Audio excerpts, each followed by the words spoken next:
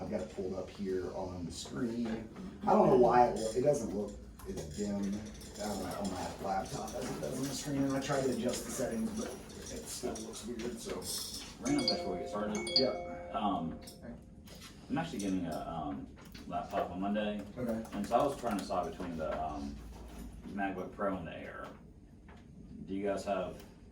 I've had, a short answer is I have both. Yeah. The Pro is better if you have, Performance. if you have any kind of performance concerns, if you're doing more, if you just want, the faster processor, and if you want the ability to upgrade hard drive, if hard drive fails, go replace it, versus a flash drive base, which is most of the Airs I think are flash drives based. So we've had issues with my wife's MacBook Air, and if we had a catastrophic failure, I could change out this hard drive. That's Pro. Yeah, and I wish I built my one before this one custom. I just didn't want to wait for this one, and I wish I had done that again, and just kind of upped some of the capabilities, because this is the top of the line you can get off the shelf, and it still has issues, just because I have so many things running in the background, which I probably should close certain things and stuff at times, but I don't. So, okay, well, we're jumping into Google Ads. I'm super excited. It's most of you guys know my story. I started in Facebook and then really was self-taught on the Google side of things, and I like it better than Facebook. I think the results are better. I think from all the updates that Google's made, the algorithm is super intelligent, and with search intent you get obviously people that are really looking for your services and interested in your services, as opposed to Facebook. You're kind of, it's direct response, right? So you're shoving it in their face, and then you've got an offer in front of them, and they're kind of reluctantly grabbing this offer because it's an opportunity or scarcity based or something like that. Whereas on the Google side, they're searching and they're actually looking for it. So this PDF, it's 11 pages. We'll go through it. You guys, I always want this to be a conversation, so ask questions. There's towards the end, I do talk about some best practices as far as copy and writing ads, but that's really going to be on Tuesday. We're going to dial in the copy side, so it's not as much that, it's more structure and just setup. And so what I called this was the last Google Ads account structure you'll ever need, because I tried to break it down and make it as simplified as possible to walk you guys through how to set that up. Any questions before we dive in? Okay, let me change this to okay, so I kind of, the way I structured this was building a Google Ads campaign is kind of like building a house, right? So you've got your ad account set up, and then within your ad account you have your campaigns. Within each campaign you have your ad group. Within your ad groups you have your keywords and your ads. So that's the structure, and we're going to go through that. I call it the campaign level the foundation. So we'll lay the foundation. The ad group level is when we start to build the house. The keyword selection is kind of like your interior design or decorating. And then your ad copy is your exterior design. And then you have extensions and things like that, which would be like your backyard pool. So to compare that to Facebook, is that campaign, ad group is ad set, ads or ads? Follows the similar structure. Absolutely. The main difference, which it seems like, depending on if Facebook, if you're using the updated campaign manager or ad account, they're going to a more vertical structure as opposed to like a horizontal left to right layout, which is how Google Ads are structured. So I don't know which one's better, but I've just gotten really used to this kind of vertical layout and building that way. So Google campaigns, a Google ad campaign structure, laying the foundation. So campaign types and settings. So first you need to lay a solid foundation. Start by choosing your tools, which would be your campaign type. For most of us, we're looking for conversions, right? We're trying to drive an action. That being said, as always, test different goal types, because if your funnel is built out in an effective manner and you've tested it, you can, like, I'll run campaigns without a goal. You're going to get more clicks, and you might get more conversions, and your cost per conversion might be lower from running a campaign without any sort of goal guidance, as opposed to if you were running a conversion campaign, your cost per click is going to be higher because the algorithm's going out and looking for individuals that are going to convert. And so if you've got a funnel that you've built out and you tested and it works really well, you can go without guidance and you should get a lower cost per click, more clicks, and cheaper conversions. Does that make sense? It does. Okay. And you guys, has everybody worked in Google Ads somewhat? I know you both have. I have Okay. not, yeah. All right. So we'll after we get through this PDF, we'll go in there. When you set up your campaign, Google will give you an option. So we're running a search campaign, right? They will give you an option for display ads, right? That'll be selected, and they'll give you an option for additional search networks, which are like through Google partners. I always deselect those. You're gonna get better results. I think unless you're looking for an awareness or impressions sort of play, display network is a waste of money.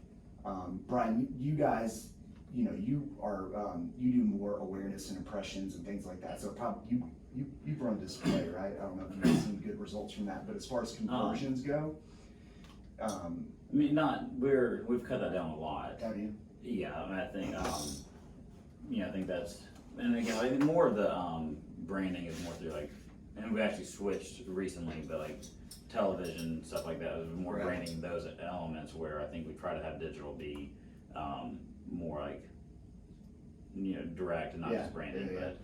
And I think it's one of those things, I'm not opposed to awareness or raising brand awareness, things like that. MedJet does a lot of display, they're still a client, but they have a longer consideration process. So when there's a longer consideration process, when people are doing research, comparing brands, and you've got a higher end product, I think it makes sense to do. But for a lot of us, when we're just looking for that direct call to action and driving those conversions, I would say go without display network and just focus on that search network goal.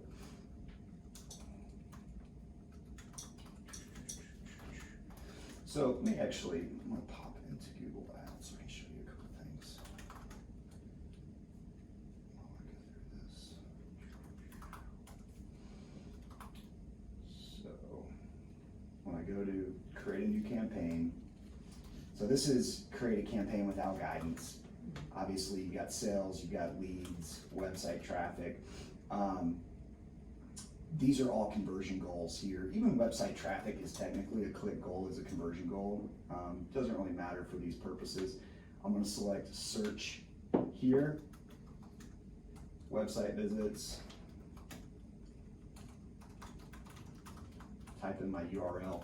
Each campaign, so I couldn't run a campaign to a different URL once I set this up. Google won't allow that. Each campaign that you set up has to be focused on that individual URL.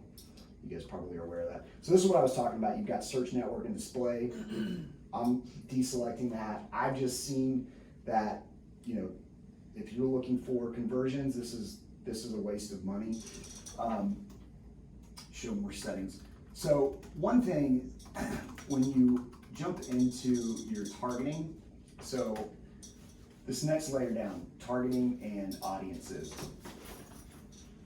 When you guys set up your campaigns, make sure you're selecting people in or regularly in targeted locations. So it's where it says recommended and it's defaulting to here. There could be somebody in Pakistan searching for gym locations in Birmingham because they want to try to pitch you on something, and they're going to show your ad to those individuals.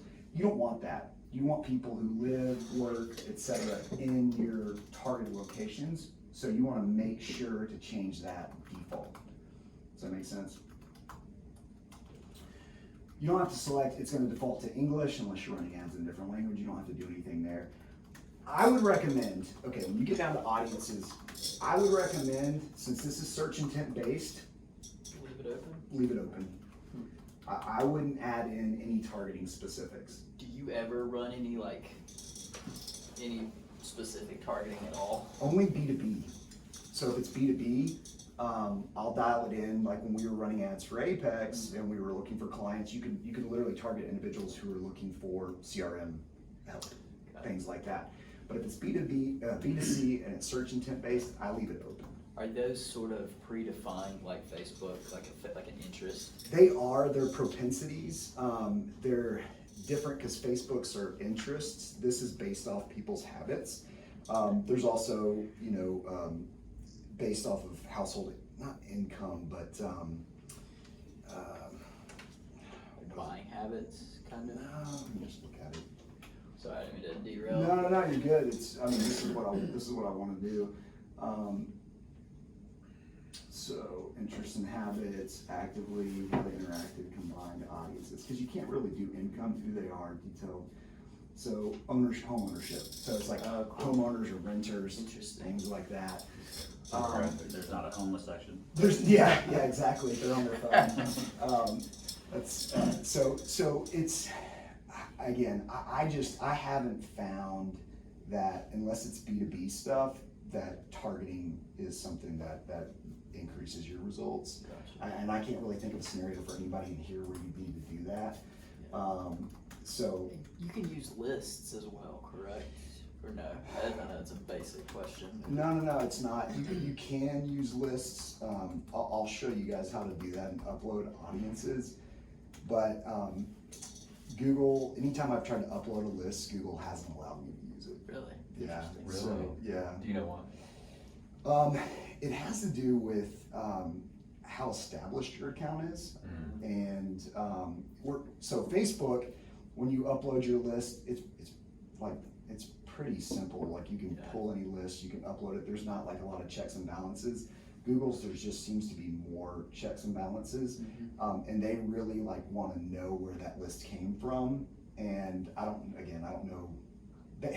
Basically, like the lists I typically use, I've scraped, and somehow I think they know that, right? Like, I'm using their browser, they're like, no, you're not. This is not legit, right? Well, it's a little Big Brotherish, but yeah, and I feel like perhaps using a list is maybe too Facebook thinking anyway, probably, like, where this is more about casting a much wider net. what you want to do is you'll set up remarketing.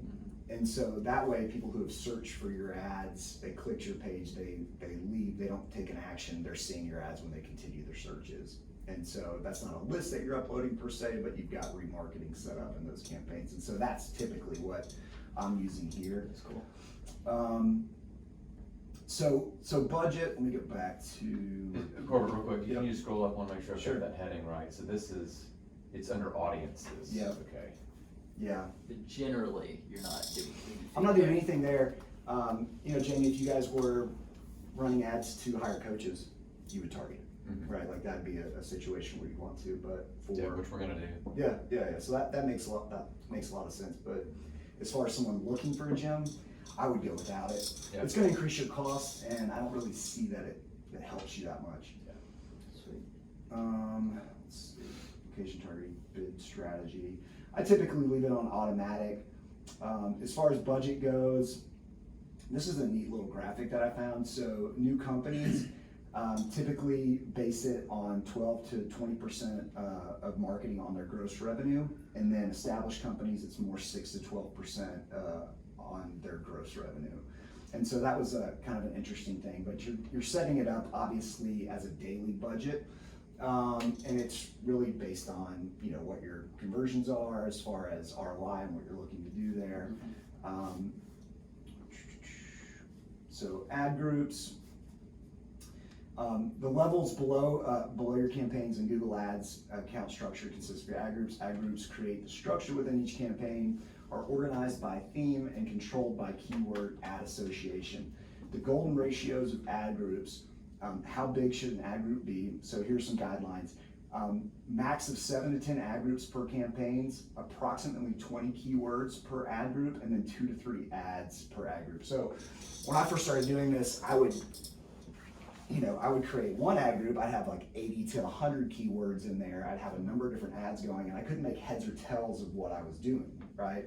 So as opposed to doing that, let's set up 7 to 10 ad groups per campaign max.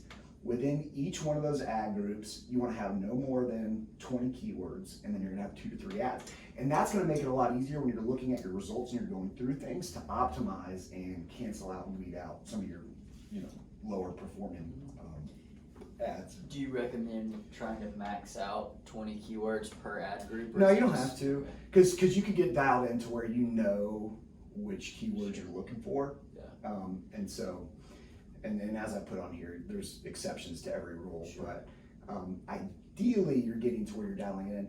And I would say too, I've gotten it to where, and Jamie, I mentioned this to you, it's just kind of like when we were talking about the search and the title descriptions.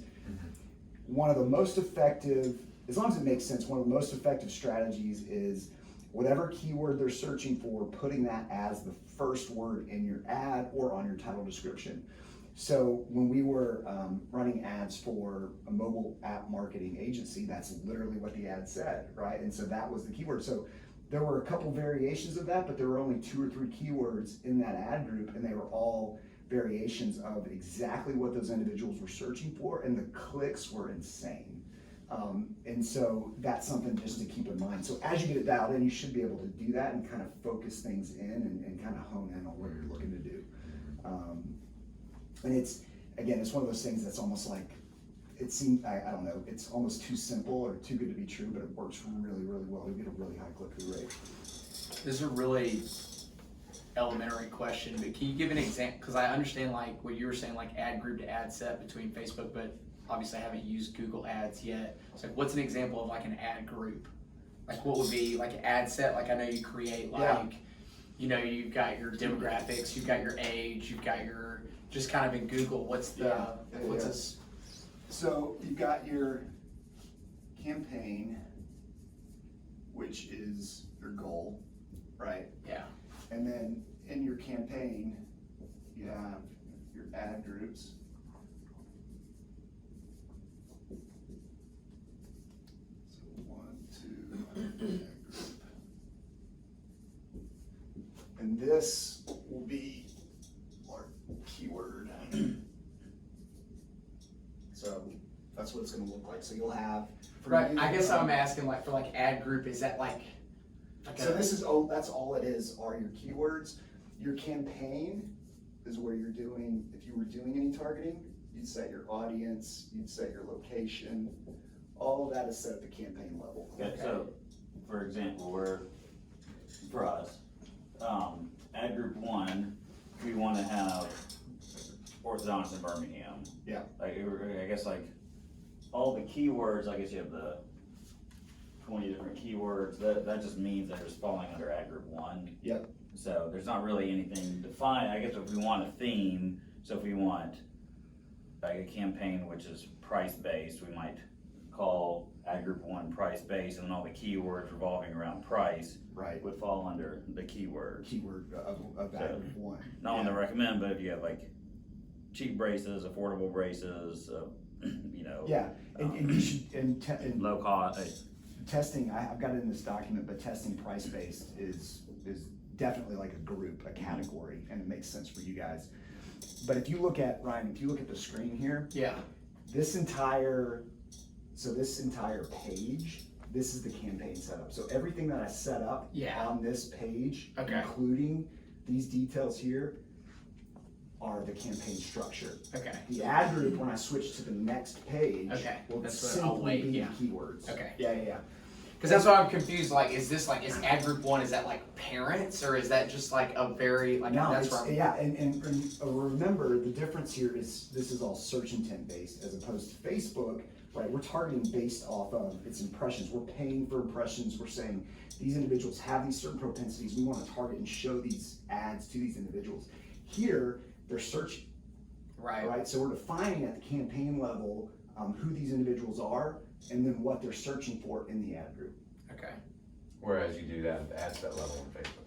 Right. Yeah. The ad group is really more just a container, I guess, for keywords and ads. Rather than So, and I may be jumping ahead, No, if I you're have good. just say pause. On the keywords, will you have crossover in ad groups? We have crossover. Like for instance, I would try not to. Okay, so yeah, so I wouldn't use like ad group 1, let's just say sports performance. In ad group 2, I wouldn't include sports performance. It'd be something totally different. Yeah. Okay. Yeah.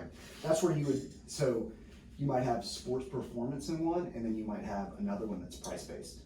Okay. Right? Or you using like affordable something as opposed to just those main keywords. Yeah. So I'm trying to just Yeah, wrap my yeah. head. Ask So questions. like one, an ad group, like keywords in ad group 1 may be all like performance based, Mhm. and then keywords in ad group 2 for me may be all like football training based, Yes. something like that, Yeah, just yeah, dividing up. Yeah, Okay. absolutely. And this is where, so you shouldn't be going with your gut, right? This is where SEM Rush comes into Yeah. play, right? Like you should be using the tool to dial in what those keywords are. Then as you run your ads, you see cost per click on each one of these keywords. We're turning off ones that aren't performing well, and we're increasing our bid on the ones that are. And when you, while it's running, are you turning certain keywords off? Yeah. And then can you add back into that group, or do you Yeah. have to start back over? No, you can you go back. can. Okay. And Google isn't like Facebook where you can make changes and pivot within the campaign while it's running. You can turn things off and on. It's not necessarily like recommended, Right. but you can do that. And it doesn't seem to affect the campaign, the algorithm as much, because Google Ads just takes longer to evolve, whereas Facebook's kind of more instantaneous since they're serving your ads. Mm-hmm. But when you make those changes to the Facebook campaign, a lot of times you're gonna have to start over. Google Ads, not so much. Okay. Yeah. All right, let's see. Another side note too is I guess, I just ran a business note, but like with us, like noticing like what leads to clicks and conversions from Google standpoint, make sure it's good for your business. Like for instance, like with us, like if, you know, use an example, like you have cheap braces, and people searching for cheap braces may get a lot of conversions through Google, but they may not be the clients that you want. So yeah, with some of that, just realize like, so for us, like we have to have like all of our metrics from, you know, you have to connect the dot too. So you have to look at what a conversion is versus when they actually, your phone rings or things like that, where they're coming from. If you can figure, that's part of the challenge is figuring out, mirroring in. So we're with the company we're working with now, it's like, they give us the list, these are all your leads, and then I give that to an employee and they actually look up, did these people actually start or anything like that? And down the road, we're gonna look at for braces and braces 2 years and 10% of our patients get dismissed for not paying the bills. So then I wanna line up with the dismissed patients. Are they all, so it might look good on one end. Right. And these are all of our, like for instance, Yeah. people are looking for cheap braces. That is like, that might end up leading to bad leads, even though like the conversions might be high. So you have to, some of that you have to connect some of your dots on your own, because Right. Google won't do any of that, they'll show you what a conversion is. Right, and that's where, I guess you could define, right, homeowner versus renter, things like that, if you wanted to say this person's going to probably have the income to afford it, but But Not yeah, always. no, Yeah, I mean, yeah. we have tons of people that own apartment, homes yeah. and can't. With that, or we have tons of people that, you know, rent and can't afford it. Yeah, So yeah. just, but you know, that's the kind of thing goes, yeah, you have to look at what is a quality lead, because if you look at just the metrics, like, oh, I'm staying on this route because this, Google is giving me this many conversions, make sure they're good conversions, not Right. just what Google thinks. Yeah, we would do the same thing, like if people come in on a discounted kind of offer, Mhm. are they a long-term athlete Right. who stays with us a long time, or do they quit within 6 months? Yeah, Yeah, so that whole lifetime value connected to the Yeah. source of how they came in. right, so I'm Same- thinking like, I like same the idea of it, calculation. we're still trying to figure out how to connect those dots, so Yeah. we're slowly doing it, because they give us the list of leads, Yeah. and then we have to manually go in and do that, but that's some other things too, is looking at that next step. And one thing I would say, and you guys probably do this, I don't know if Iron Tribe does it as much, but I would definitely recommend it. Google, no one, I don't wanna say no one, but most companies aren't running ads for calls. They're just not.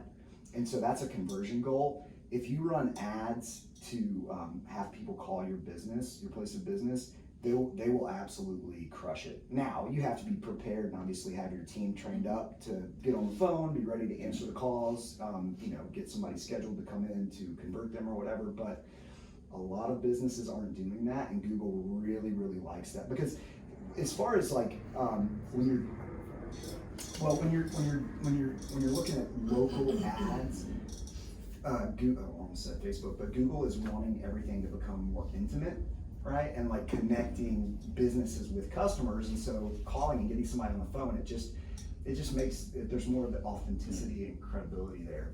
That's what I was gonna ask too. Is it better to drive something like that, or more like the contact us form, your name, your number, your email? Well, you'd have to Play with it, to yeah, see, for sure. but I know Google, the algorithm really likes that click to call. So I know businesses, very successful businesses, they typically work with lawyers like Shinar and stuff. Like all of his ads, they've got landing pages because you can't run an ad without a page, right?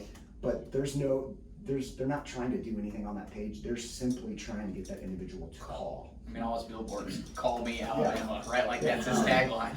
And they've got killers on the phone. Can you run, for us, not the Shinars of the world, but can you run different campaigns from 8 to 5 versus after hours? Yeah. That way you go to phone calls while you're open answering phones, and then after hours run for form submissions? Yep, yeah, so you can set up times of the day. Okay. Salesperson. I'll show you that when I get to the next. Mm-hmm. So as far as site link extensions, so you've got, this is something that can end up very confusing. So all of this above, where you see bidding, budget, etc., that stuff's kind of par for the course when it comes to setting up campaigns, whether it's in Facebook, etc. You guys are relatively familiar with that. But you also have these site link extensions. Now, they can be set up at the account level, okay, so your entire account that you have set up, or they can be set up at the campaign level. When you're setting up your campaign, it's always going to default to your account level settings. So if you've established site links at your account level, it's going to default to those. You have to turn those off and create new ones for your campaigns if you want one specific to your campaign. So this is when you look in a Google ad, right? You have your title, and there's typically like a couple different descriptions here. Underneath that, you have your description, and then you have your site link. One site link. You guys know what I'm talking about? When you search something and you'll see sort of these bullet points underneath Oh, it. Yeah. Right? So these are your site link extensions. Cool. So for us, it'd be like, for instance, we have like the finance page, the about us. Or Yeah. And so you can define those site links, again, for your account or for your campaign. I'm typically doing it at the campaign level, especially when I first, at Apex, I got in some trouble because I was running client ads and I had just set something up for a client at the campaign, or at the account level, and then started running ads for another client at the account level, and they were showing the wrong site links, and so it was like, oh, this is So a mess. in this example, I guess going back to, if you're running cheap braces, Yeah. then you'd want the URL to be like, include the finance page. Right. Because that matches what your ad is. In these, yes, and that's the whole point. These can go to separate URLs. Now they have to be under the same domain, Right. but they can go to different URLs. And remember, when you're looking at these things, so you've got the site links that you'll set up. I would recommend setting up, at least 4. Right? You could certainly have more, but that would be the minimum. It'll alternate through those and show the top performers automatically. But when you go to advanced options, you can have device preference. So if you've got these AMP pages that we've talked about before, you can change the URL so they're clicking to that mobile version. So here are your times, Brian. Okay. So you can run campaigns for certain times, certain times of day, Have all you of had that. phone people ready during certain hours of the day? They just know, right? Like these Between are 9 and 12, I'm on the phone. So do you typically run it, I mean, normally, because you're, like you said, it's so much different than Facebook where, people scroll at 2 a.m. and fill out a form while they're laying in bed Yeah. versus if you're trying to drive these calls, is it smarter just to run in those business hours? Absolutely, unless you're gonna be answering the phone at 2 a.m. Yeah. But you can have campaigns, you can have them. Oh, towards a form. Yeah. Like, yeah. Yeah. Okay. So like in the middle of the night, you want a form. Yeah. Like for instance, for us, like we answer phones from 8 to 5, and then we now just set up so you can schedule a consultation online. So in the after hours, drive them to our online form, and so that way they can book their own appointment without calling. Okay. Yeah. And that's just a brand new campaign. Yeah, Okay. they're gonna be separate. So I guess in that you could actually be running some of the same keywords Yeah, because, yeah, they're different calls to action. Right. Yeah, and they have to be different campaigns because the goal's different. You're setting a goal at the campaign level. Can you Okay. duplicate at any of these levels, like campaign level, just duplicate the entire campaign? You can, Okay, yeah. I'm just yeah. thinking like functionally shortcuts for implementation. Right, yeah. I'll show you how to do that. It's interesting. You don't duplicate, you copy and paste. Oh, okay. So it's I don't know why they've got it set up that way. It took me forever to figure it out, but anyways. Sorry, just on this, I can wait till later. When, I have a budget question, Yeah, and so, I don't know if you have that later now. no, go ahead. So I guess a question I've always kind of had with Google, since it's pay-per-click, as opposed to Facebook, you can run infinite ads and not be that effective. But if it's pay-per-click, then you have the keywords. Do you almost, what's the sense of like setting a budget versus almost unlimited budget? If it seems like, well, people are interested in braces, they're looking at it, they're clicking on it. If you have a higher budget, then they're decent leads. Yeah. Then do you? That's what I was just wondering. Is like. KPI performance should Yeah. drive it, right? Yeah, and I typically start everything at $100 a day. Mhm. There's not really a rationale. That's just where I start and see how the ads perform. If you've got ads that, so if I have Facebook's really good about spending $100 over a 24-hour period, right? Like you said, $100 per day, they'll kind of pace it. They'll pace that. Google, if you have ads that perform really well, they'll spend that $100 in like 10 minutes. Yeah, which is not necessarily a bad thing, but so you have to, as you go through your campaign, look at what's performing, look at what you're wanting to spend. It's more challenging with Google to pace your ads out, but one of the things you can do are set up hours of the day. Yeah. But it will spend, if you have a campaign that works really well, it'll spend that money. But I was just wondering though, but I guess like if it's designed and you test it and build it, then at some point does it make sense just to have almost an uncapped budget, or do you? I don't even know if there's a way to do that. I started running some ads last night, and I set it for $100 a day. It spent that $100 in an hour, and then the ads just stopped. Right. And it's not going to run again until 24 hours Right. later. I think it's just figuring out either times a day or whatever. There's really, again, if you have a campaign performing really well, there's really no way to pace other than setting up hours, but it'll still spend. Right, but say it's not set my daily budget is 1,000. Yeah. But I was just curious, like I said, because the Facebook ads are just ads, television, they're just ads that go out. But Right. like people that are actually like, you almost just like drop Facebook altogether and say like these are better leads, so let me just kill. Yeah, I mean, I would say for you guys, this makes sense over Facebook for sure. But this too, I think is like, I think about my clients that are, Tabletop gaming. dude, Yeah, holy yeah. crap, man, because they're all selling online, and a lot of what we've talked about is relying on someone being able to pick up the phone or follow up from a service perspective, but Right. to just crank through an online sale, like, that's gold. Oh, Like, yeah. would probably crush Facebook. Like I know, like with Facebook, it seems like it's a little bit easier to test, like whether that ad set or whatever's running, because you could start small, like at $10-15 a day and let it run for a week and be like, these don't work, this one works, let me go back, duplicate it, and put $100 a day in and kind of crush it out. How do you test that more with Google Ads? Well, and keep Like, in how do mind, you when know at $100 a day? Is it because it's spent in an hour? Is that like, Well, so it's spending in an hour and you're not getting any results is not a good thing. But typically, that's not what we're talking about, right? Yeah. If it's spending your money and you've got $100 that goes in an hour, you're typically in a good place. Right. And you're going to want to increase the budget, and that's what you just mentioned with KPIs and knowing that you're getting the return you're looking for.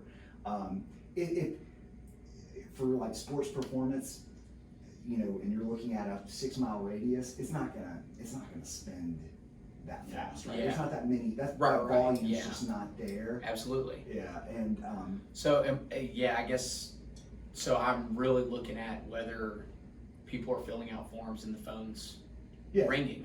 It's Yeah. really kind of, Yeah. and then Well, once and they're ringing, are they scheduling? Are they coming in? Are they signing up? What What's Brian's- their lifetime yeah, value? Exactly. Okay. Yeah. So call out extensions, these are really important as well. These are all gonna go to the main link that you've set up for your campaign. Same sort of thing here, you've got them set up at the account level, and then you can also set them up at the campaign level. These are just simply one-liners, any sort of benefits or features of what your offering is, your product or service. And so those are gonna go to the main link, but you're just going to add those in. I've got 11 here that I was using for this campaign and testing. Typically I'll enter in I could enter in up to 20, and then I'm gonna go into my campaign and look at which ones are performing better and either increase the bid on those or turn the other ones off. So is that more like the call to action button in Facebook or the headline? It's call to action button. Yeah. It's similar to the call to action button as opposed to the headline. How Yeah. does it display? Is this like just text in the ad? Yeah, so it's, Yeah, that's what I was about to ask. so you got your description, and then you've got like call out 2, call out 3. Gotcha. So it's like, you've got your title of your ad, right? And typically we're using, now they've got the, it's not dynamic, but you've got 3 sort of title sections, right? So there's a certain amount of characters allowed for each one, and then you've got your description, probably 155 characters. Then after that description, you've got these call outs, and they're gonna fill that up as much as they can. There's probably 4 or 5 that'll show. Individuals can click on those words. It's still gonna just go to that main URL, and then underneath that, you've got these site links that can go to About Us or financing or whatever that you have set up that are separate URLs. So when they're clicking the call out buttons, where is that sending them to? To the main campaign link that you have set up. You can't define a separate URL for this. You can for the site links, you can't for the call out. Okay. Call out are always gonna go to whatever URL you've set up for your campaign. You mind just doing a quick Google search, so then Yep. you can just say like, this is Yeah. Are you guys running Yeah, that's ads a right good now? suggestion. Or who, trying to think, give me a search. cheap braces. No, there you go. Okay, let's see. So in those cases, they're not really leveraging most of those tools. And you see a lot of people do that, I don't really know why. Well, So, they've got, right here, there's one title, you can do up to 3, they're only using 2, right? So there's 1, 2, you could have a third one, it would drop down to the next line. This is their description. If they were running call outs or site links, the call outs would be here, then underneath that, you would have like 1, 2, 3, 4 of the site links. What about Medjet? And because everything you're doing is, obviously there's just ads as well. Right, so there's some site links. Yep. 5th one down. and I find that's But more. that's actually their, This is that's actually the search, site, but that's not an ad. Oh, yeah, that's. But you're right, but that is what they look like. Right, Yeah, and that's what it's meant to. It's kind of Google's whole thought. I don't know if this is their thought process, but they're trying to, they want to make your ads look organic. Right. But it's not going to show every single time. It's based on what that individual's searching for and what they're like, what it's thinking they're looking for. It's going to show them the ad based off of that. But the one above that though, I guess you actually have 2 titles where you can see, I guess, they Those have are the- call outs The underneath call outs there. underneath the 3rd line, Right. those are call outs. But those are still going to go to whatever the. That's the main URL. Yeah. But the So other it's ones don't almost have very a- identical to a site link. Well, but the call out really is testing more which verbiage is actually getting them to click, but it's Yeah. all going to the same place versus a site link, which is actually going to different Different places places. on the site. Yep. Gotcha. Yeah. Okay. Yeah. Alright, that makes sense. That's pretty awesome. And I would say use all the real estate you can use. Yeah. Right? Like, and some of these, like the braces, these different companies that we're looking at, they could be using them. Google's just not showing them to us right now. because of, you know, I just searched this kind of randomly. This isn't a sort of natural, like if I was actually looking for this stuff, you know, they would see what I'm looking for, see what I'm typing in, and then they'd be showing me these ads and the certain site links and callouts based off my search habits. So I know you said on the call outs, it'll show like 4 or 5 of them at a time, and you had 11. If you checked 10 or 11, does it rotate through based on which ones are converting? Yep, it'll rotate through until it finds which ones. Right, yeah. I found that having all of that gives me as a user way more value than just a basic, super simple ad. Like having the site links and all that, like I'm more likely to engage with that because I feel like it's, I agree. I do it like it builds authority to me. yeah, it's like it just feels more legit. And again, I'm not saying that these other companies, they're probably using all that space. Google's just not necessarily Right. showing it. But they might if we continue to search different things. Here's what's amazing. I just searched Warhammer Battle Mat, which Yeah. is several of my clients sell that. No ads whatsoever. Nobody is. And think owning about that, space. like, you'll get your cost per click, your click-through rate will be insane. That's just like when I run ads for Facebook support. That was why, like, last night, I stayed at the Grand Bohemian, because I couldn't make it back to the office in time. I'd finally gotten ads back through after months of not being able to run ads. And I left dinner, I was like, I'm getting a room, I need internet, and I need to work right now, because it's freaking going off. And so anyways, but like, it's all about opportunity. Right. And if there's no one running ads. Oh, so like in my case, same I doubt- scenario. I doubt anyone even, you know, again, It's crazy. yeah, how, what's the volume look like? And then what's the opportunity? Yeah, and then the more competition you have will drive the cost up. Right. Yeah.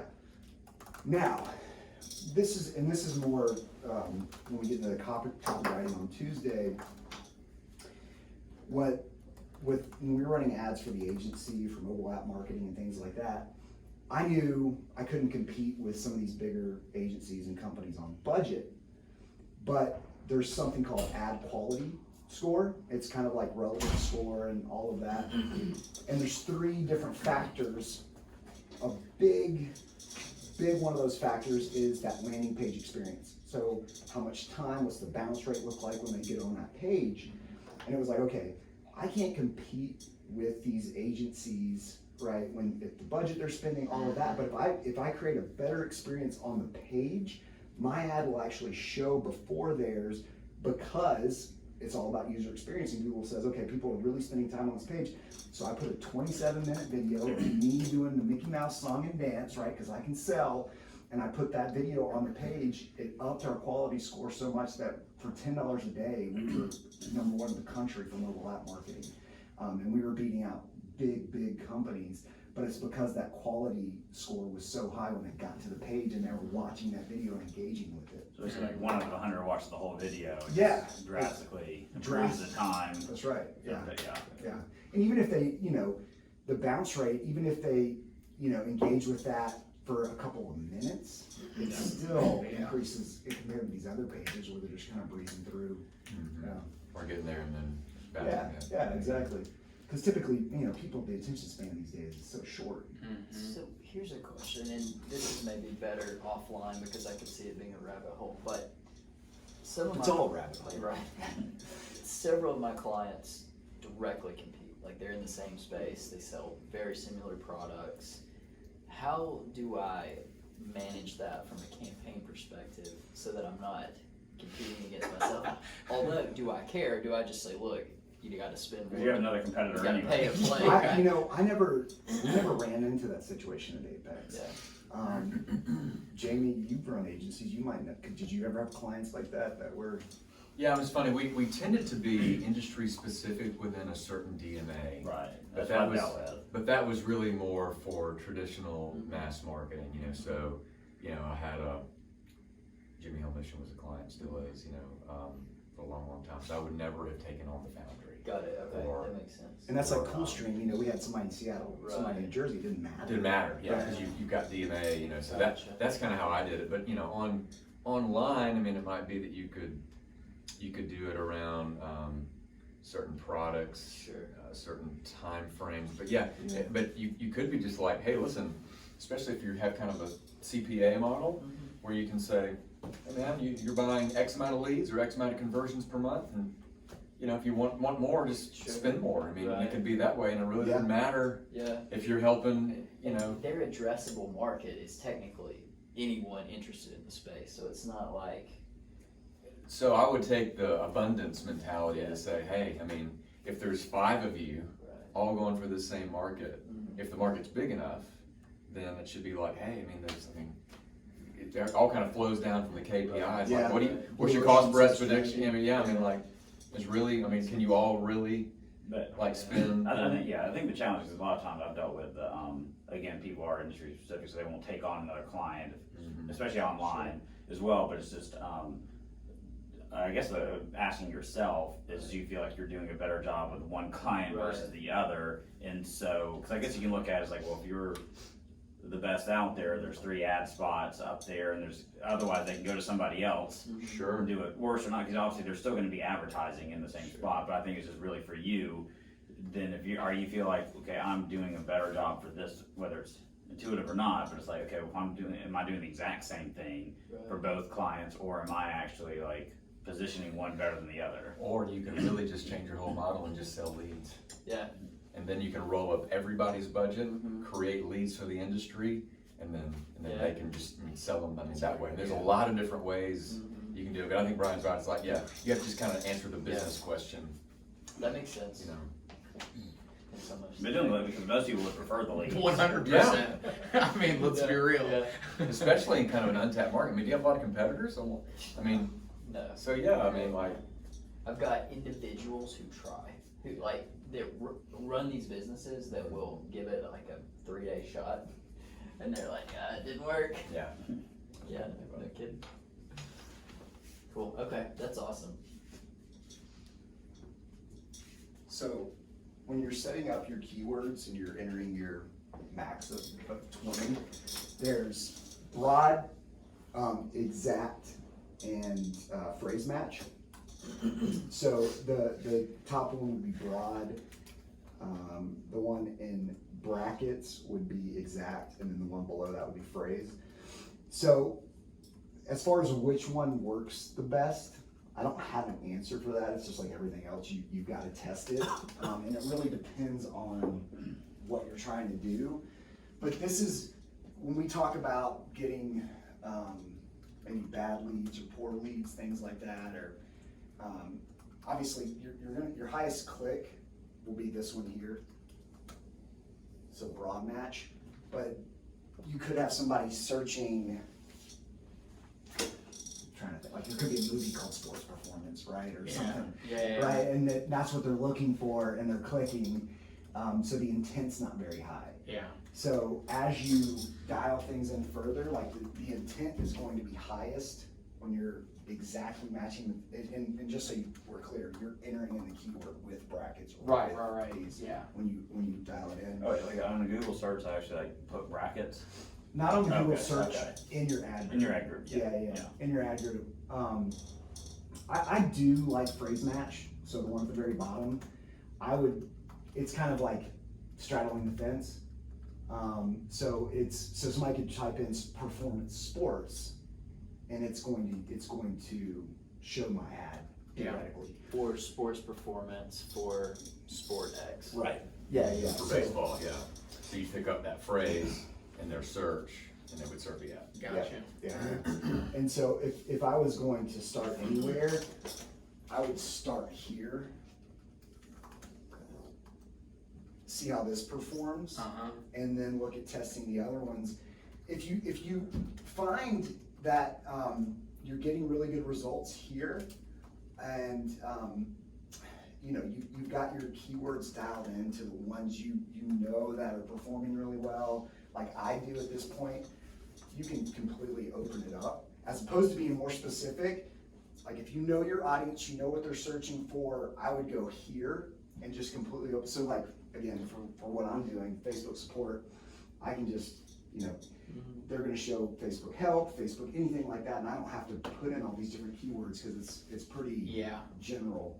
with the phrase too is, so if they like make something up like sports football performance, it'll just pick up the Yeah. words in there even though it's not The connected order together. doesn't Yeah, matter. yeah, okay. That's Yeah. for. The only one that's like, they have to search this. Yeah, Sports exactly. Exactly. Yeah. Yeah. This could be, Google's gonna, like. Wait, so Google's what's gonna do really what the they difference think's in best here? Like, and now it might not be. So, you for can the s- you the can- bottom one, if you have sports football performance, will the bottom one still show up? If Google thinks it's relevant, yes. Okay. But it'll definitely show up on the top one. Yep. Not the middle one at all. Not the middle one. Okay. No. Would you generally segment ad groups by the restrictions you're putting Good on question. keywords? I think I'd still keep it based on the subject matter. Sure, right, but would you say like, okay, ad group 1, subject A, these are all general. Ad group 2, same subject, these are all, Well, in that situation, like, would you ever test the 2 or 2, 3, you whatever could, I don't know that match? what I'm about to say is, you know, it's probably debatable, but I do them like this. Yeah. So I'll have them in the same ad group, still based off the subject matter. Got it, You okay. could I see divide what them you're out. I don't know since they're all under the same campaign if you compete against yourself or not, Okay. in theory, but that would be sort of my fear in like splitting them out because you've got these separate ad groups set up. I'm sorry, yeah, no, so if you're running different campaigns, can both your campaigns actually show up? Or will Google know that, I don't think so, okay, yeah. because they're still under the same umbrella, so they know you're running multiple campaigns, because. Yeah, if you're running multiple campaigns, and I'm trying to think of the situation, the only way you could do that would be setting up multiple accounts. Right, yeah. Like you would literally have to look like a different advertiser to Google. Yeah, and we do that on Facebook a lot. It's a lot easier to do because it's impression based. And So Sorry, I guess it ran me to come back to my theory of like over advertising in Google, but if you're running multiple accounts, people are only clicking on one. right, So is it worth running multiple accounts? Because then you might appear all 3 times. yeah. I don't know. Interesting. Yeah, I mean, it's always like one of those things that, I mean, you could test it and see. Yeah. I mean, there's so many factors to this, depending on if you're running them nationally or if it's a DMA sort of thing. So, let's see, cancel, get out of here, leave. Get a different.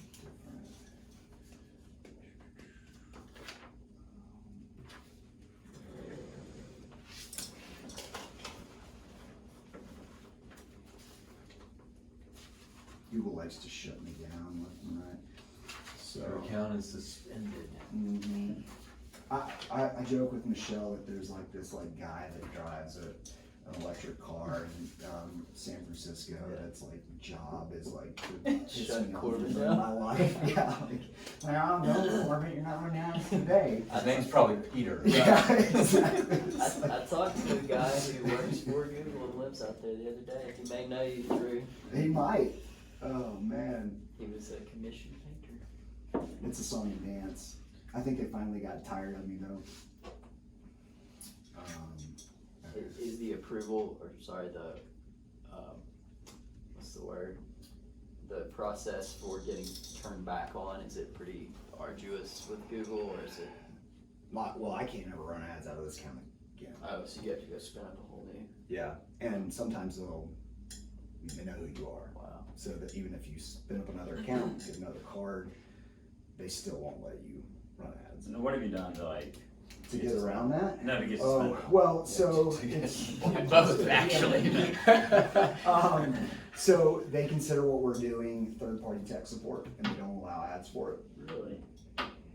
Interesting. Yep.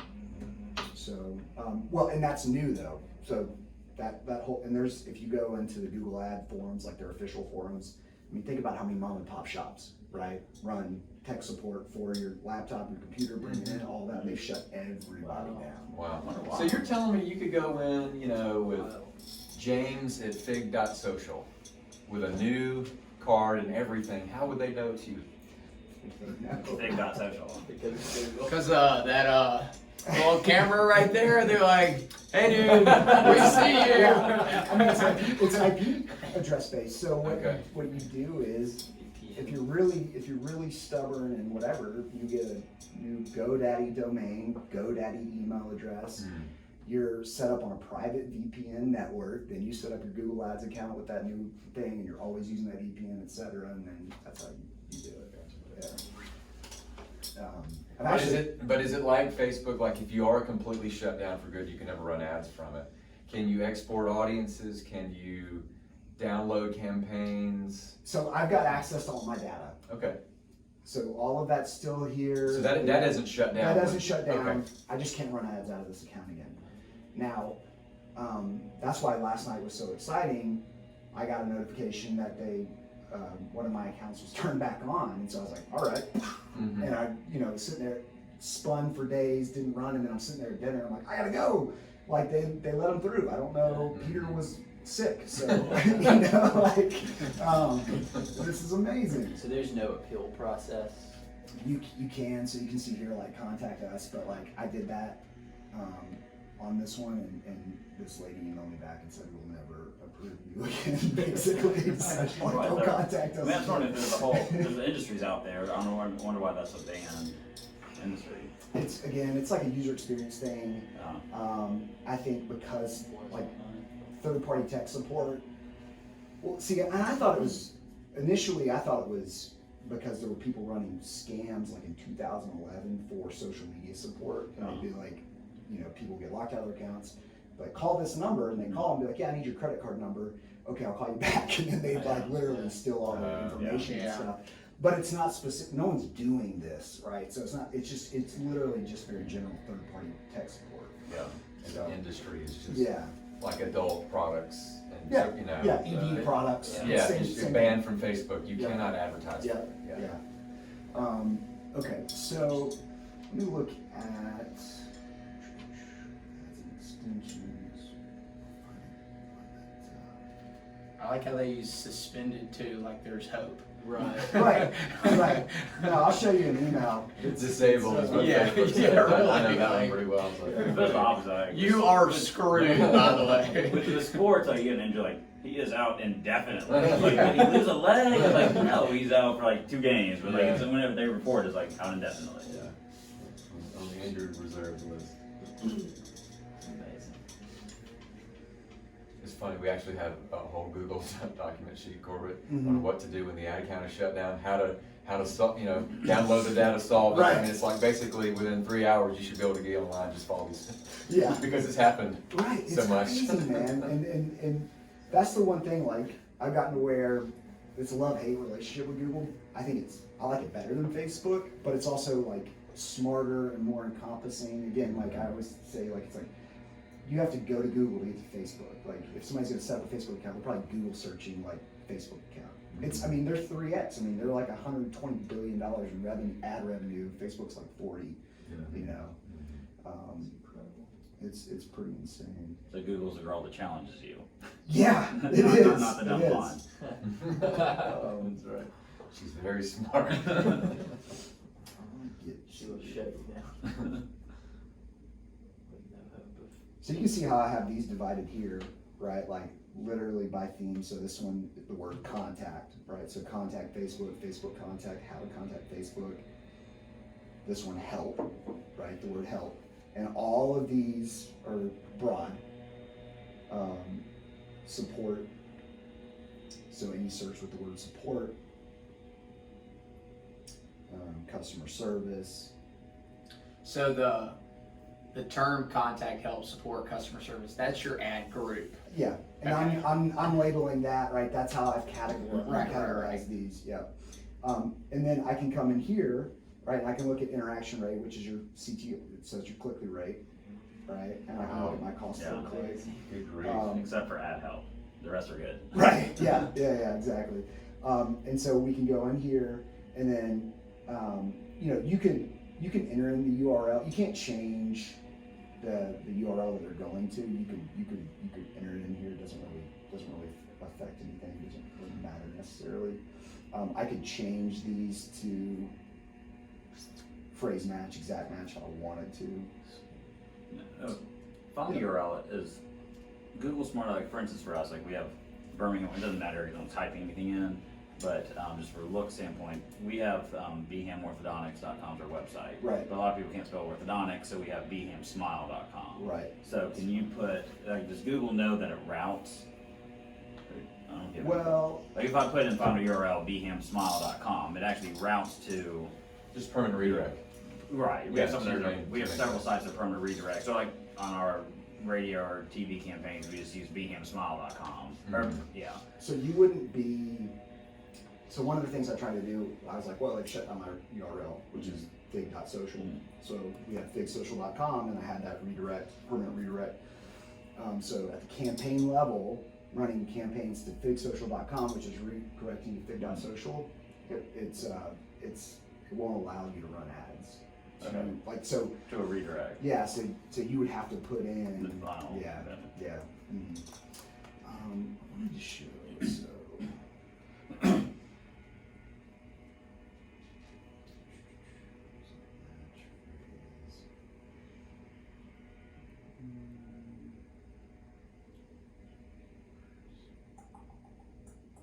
And so as a random too, with you getting shut down, have you thought about just having similar web pages, but just like Yeah, fig.com? Because no one's really gonna, I mean, in all honesty, They're just not like, really that's like no one knows your brand. right. So then whether all your companies set up the same, but you have different pages. Yeah, I still think like our focus has been SEO, and so we wouldn't That want to hurts SEO, yeah. duplicate because it would hurt us. So we're still kind of keeping Mhm. everything there.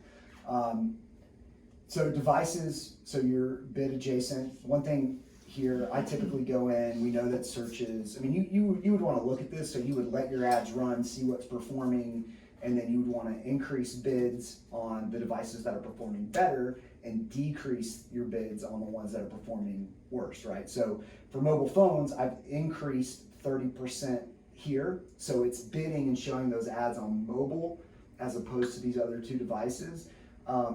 And then I've decreased by the same amount, so negative 10% on computers, negative 20% on tablets. So tablets was performed the worst, right? And so I jacked that one down more.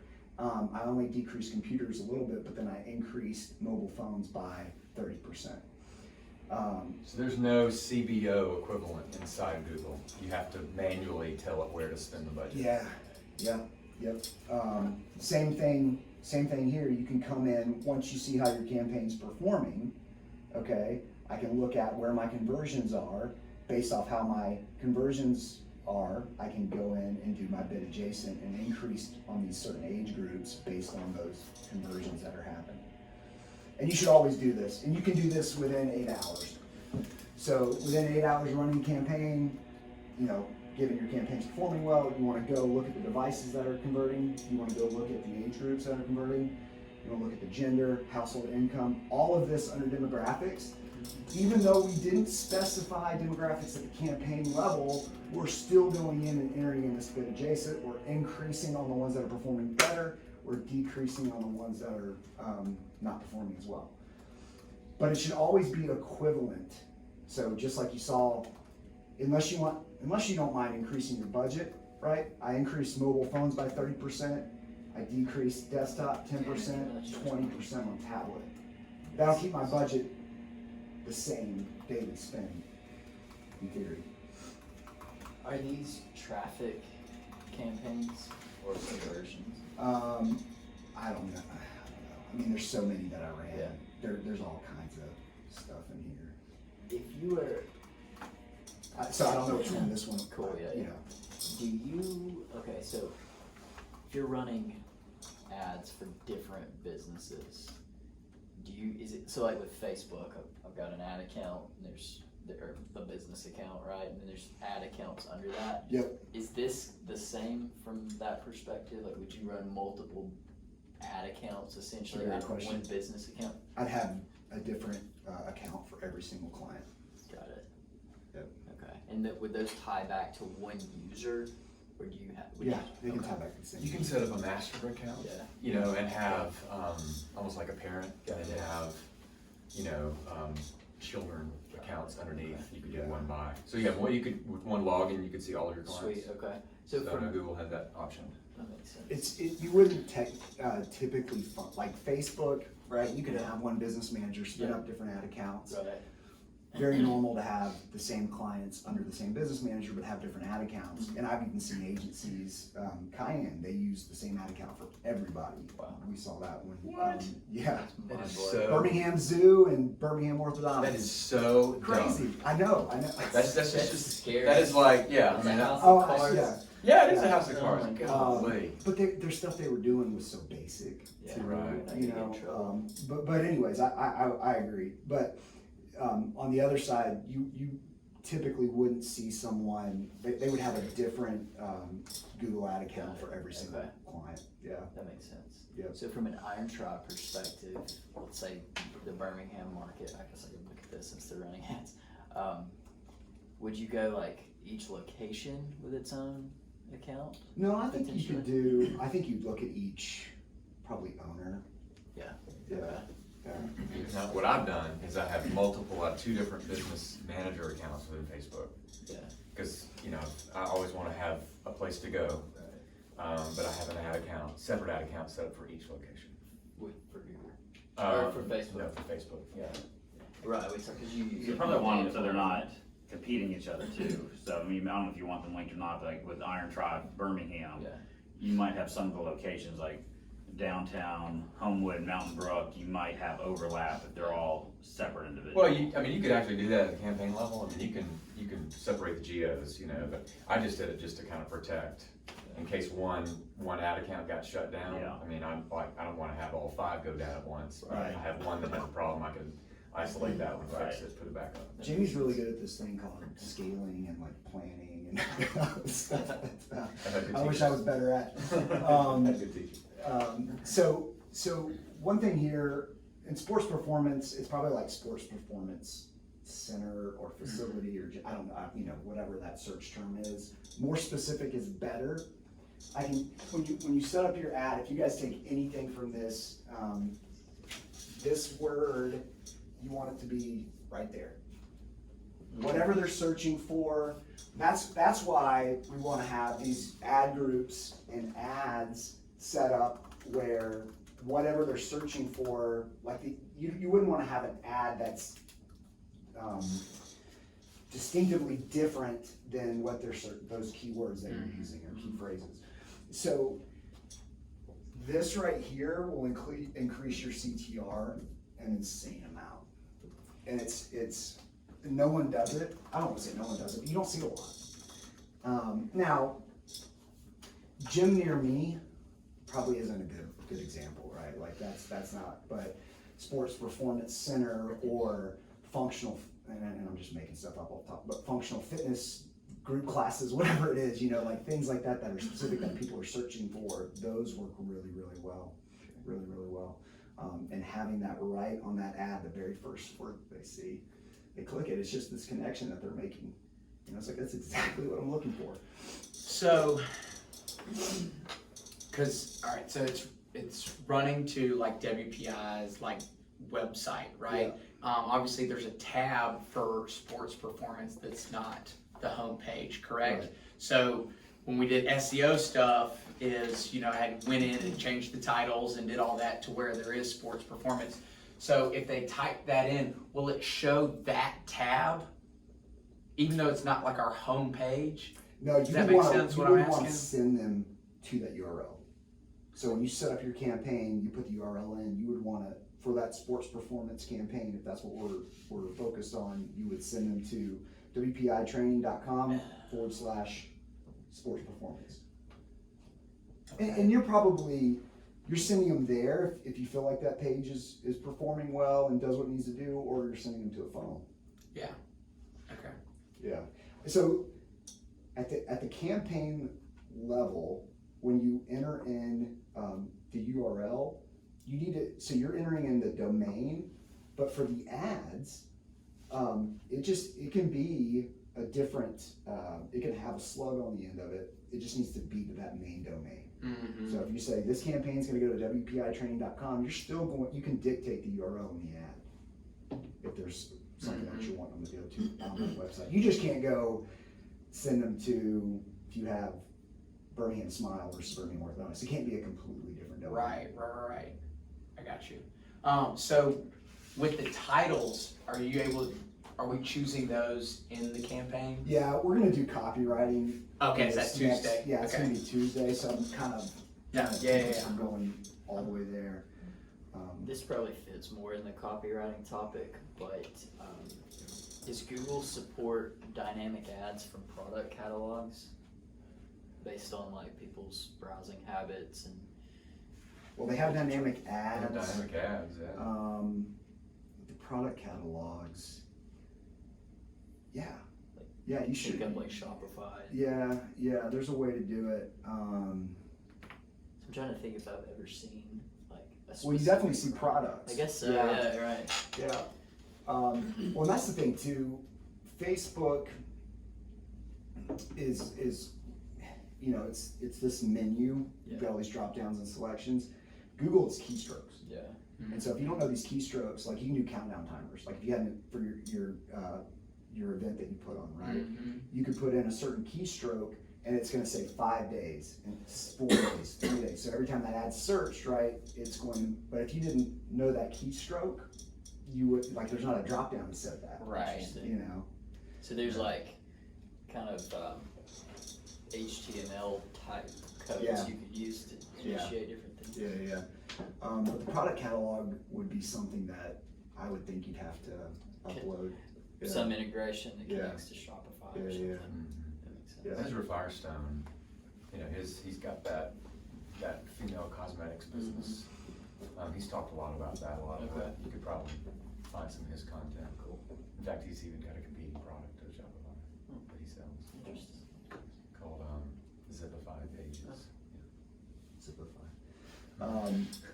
So this I found this on the website. This diagram or whatever. It's really ugly, but this is basically showing that quality score. And so how advertiser 1 can spend more than advertiser 2 or vice versa. But if the quality score is better on one ad, their ad is actually going to be shown more than the person spending more because of that user experience rating. And so that's really, really important.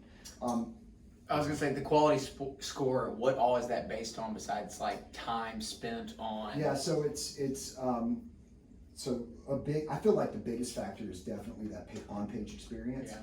The other one is expected engagement rate.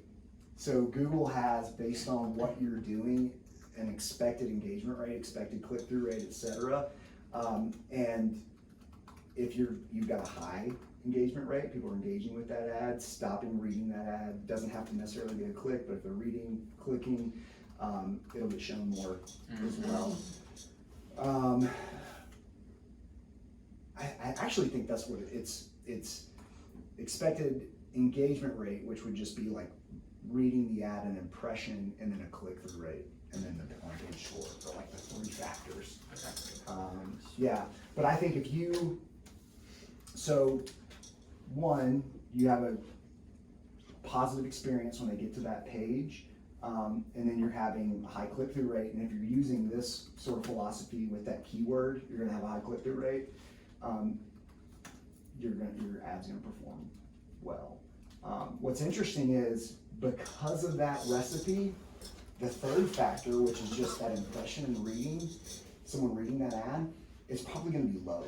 Because the likelihood is they're not spending it, even if someone's clicking and going to the page, they're not really reading your ad. It's too fast. So you're gonna have a low score on that impression rating because someone's clicking your ad too fast to actually even read it. Yeah. Interesting. Yeah.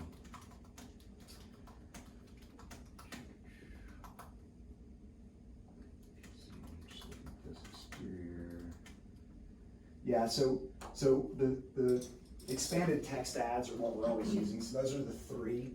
So you've got sort of your Title 1, Title 2, and Title 3. That's an expanded text ad. That's pretty much default nowadays. Just make sure to use those spaces. You don't have to use that third one, but it's recommended, so I would. I wouldn't use dynamic ads in the sense of you can go in and put in multiple titles, multiple descriptions. But what's gonna happen is, if we're using that sports performance word and we want that to be the first word right there, the dynamic ad's not gonna perform as well, because they're gonna be rotating those words around. But will it optimize off of? It should. So then when would you use that? I mean, based on everything that you've taught us in the course. I don't. Like, I'll show you from the one I ran last night. I gotta switch Maybe over. if you were just testing keywords. Yeah, I guess if you're trying Kinda to shuffle get it up. there and you don't know, that could be a good situation. So, let me see which one. I did yesterday. One of these I did it. Responsive. So there's your responsive or dynamic ad, right? Look at the click-through rate here, 5%. Look at these. Wow. Right, and this was like live chat support, live chat, whatever. Right, here they're rotating that around, and I only had one other title there, but it's. So you're using Fig Social in those title areas? Well, Is that I'm limited on what I can't use the word support, I can't use the word help, okay? right? So like, now I'm having to get real tricky, Yeah. you know, with what I'm saying, and try to make it relevant to what they're searching for. Got it. But yeah, no, I mean, I think, you know, that's for that third space, you could definitely use like Iron Trap Fitness. Yeah. That makes sense. Typically in search, that's what it would be. Got Be it. whatever the website is. Okay. It could be irontrapfitness.com. Especially with that, I guess it's like, if they're searching, they may not even know what they're clicking on, so again, just that, Gives a getting little that extra more impression of what your name is. confidence in the thing you're clicking. Yeah. So my thought was, if there's no brand recognition, would it matter? But I suppose it ties back to everything on the site and all the Yeah. search intent stuff Yeah. or whatever. And I've gotten like, I guess there's a couple different things. One, you're trying to make these look native, and typically that's how an ad or how a page you search for that's Got it. organic is going to look. Two, I am trying to get the brand out there, Right. just because the volume's so high. Yeah. It's like, why not do what I can to establish some sort of brand, whether Cool. it resonates or penetrates their thinking, whatever, but I'm gonna still use it. That makes Yeah. sense. And again, I'm just limited on what I can do now. Right. And also too, with some of that, like the brand may not matter, but you still have to think of non-digital, so do you have referrals, word of mouth, that kind of stuff, so it may help just with someone talking about, I use this company. Yeah, yeah. And remind us, so like with Fig, so as a user, how's the relationship monetized? Is it a fee, is it a recurring membership? Yeah, it's a subscription model, so, the basic plan, which is what most everyone gets, is $2 a month. They have a 24-hour free trial, but it's charged annually. So they're actually, if they don't cancel within 24 hours, which no one does, most people don't, they're gonna be paying $24 a year Okay. until they cancel. Okay. Yeah. And our Bill up ACV front. is like 26, so there's some people that buy the higher packages, but Okay. most people don't. Okay. Yeah. And what happens with that subscription is the support side, which is what people are actively searching for, is like a gateway drug. But they're also getting Social Guard, which is the product that backs up all their pictures and videos and metadata for their account. And so that's how we justify the subscription, is like, now you've got all this information protected, it's backed up in real time. You can still come back and get support anytime you want, but you keep this product, the software. So generally they're coming to you with an acute pain to get something solved. Yep. The subscription is so easy, I need to get this back up, why not do it? Why not do it? Yeah. And that acute pain is typically, they're locked out of their account, they think they've been hacked, 9 times out of 10 they haven't been hacked, but they think they have, so they felt the pain of what it would be like if they did lose all this stuff, right? And the fulfillment of their actual acute problem is mainly by bots and automation. Yeah. That's really smart. Yeah. Well, and we didn't, again, I knew the marketing would work, but I didn't know the product, I didn't know it would end up that way. Yeah. It just happened to be, there's really six issues that people have. Yeah. So kind of all over the place. You have the PDF. I'm gonna wrap things up there. Did you guys get some takeaways?